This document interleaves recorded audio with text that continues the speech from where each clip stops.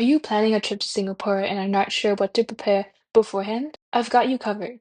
I studied abroad in Singapore for a full semester, and in this video, I'll walk you through everything you need to know: immigration, essential apps, what to pack, and some hard-earned advice from my personal experience. Let's get into it.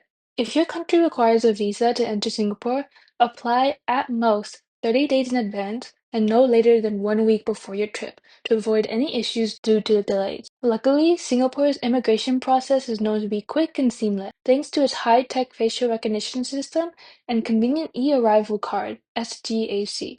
You can fill out the SG Arrival card on the ICA website or the official My ICA mobile app. You can complete the form up to 3 days before your arrival, but if you forget, don't worry. There are booths at immigration with QR codes so you can fill it out right then and there.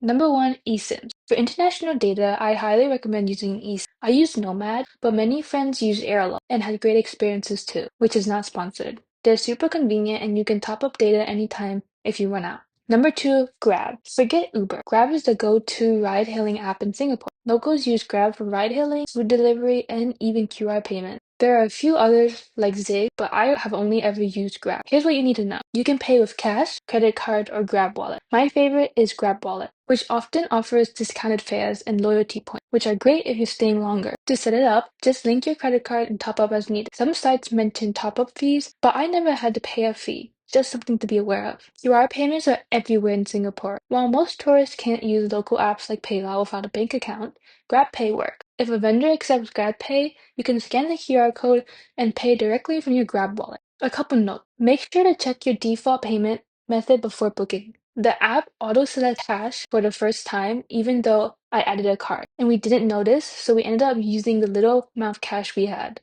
Heads up for Southeast Asia travelers. Many other Southeast Asian countries use Grab, but if you add money to the Grab wallet in Singapore dollars, it won't transfer to other countries. You need to start fresh with local currency when you travel elsewhere like Thailand or Vietnam. For example, if I deposit 30 Singapore dollars into Grab wallet and then travel to Thailand, the Singapore dollars will not be converted to Thai baht. You'll start at 0 Thai baht and need to add more. Number 3, Citymapper. Citymapper is the app I use for navigating public transportation. I use this app for all the countries I visited on my exchange trip. It has a clean layout, accurate bus train times, and great for first-time travelers, especially compared to Google or Apple Maps, which can sometimes be off in foreign countries. Just note, it's not ideal for short walking routes, so I usually switch back to Google or Apple Maps for short distances. Number 4 is Klook. Klook is perfect for travelers in Asia. It offers discounts or bundle deals on popular attractions and can be used for official ticketing for events and exhibits. I purchased my Studio Art exhibition tickets through Klook, which was the official platform. It's based in Asia, so you'll find great deals across Singapore, Japan, Korea, and more, and they have expanded in other regions like Europe too. Singapore is mostly cashless, accepting card or QR payments. For more local hawker centers or small shops, I recommend carrying around 200 Singapore dollars, especially if you plan to try a lot of food or support small vendors. Fun fact, many QR payments in Singapore require local bank accounts. But GrabPay lets tourists use QR codes too. So top up your Grab wallet and you're good to go. So the main question is, what do I pack? And the general weather in Singapore is always hot and humid. There are no seasons, just wet and dry months.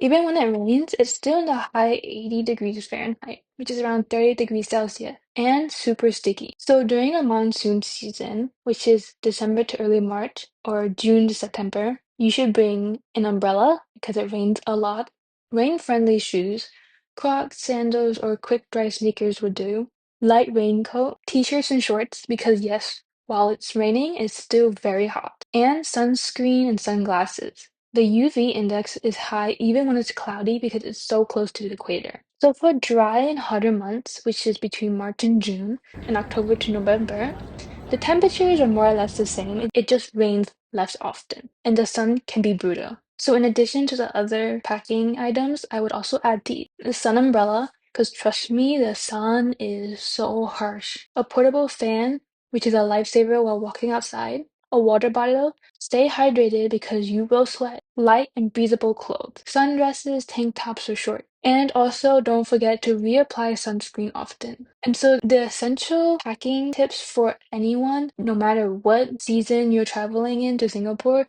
would be tissue packets, because most food stalls and restaurants don't give napkins, alcohol wipes for cleaning public tables, especially at hawker centers, bug spray because mosquitoes are intense, especially during the monsoon season, and itch/bug bite cream. I learned the hard way. I got eaten alive, and some bites even scarred for months. If this video helped you prep for your Singapore trip, don't forget to subscribe. I'll be posting more guides and tips from my exchange experience. Got questions? Drop them in the comments. And let me know, do you have any of your own mosquito horror stories? See you in the next one!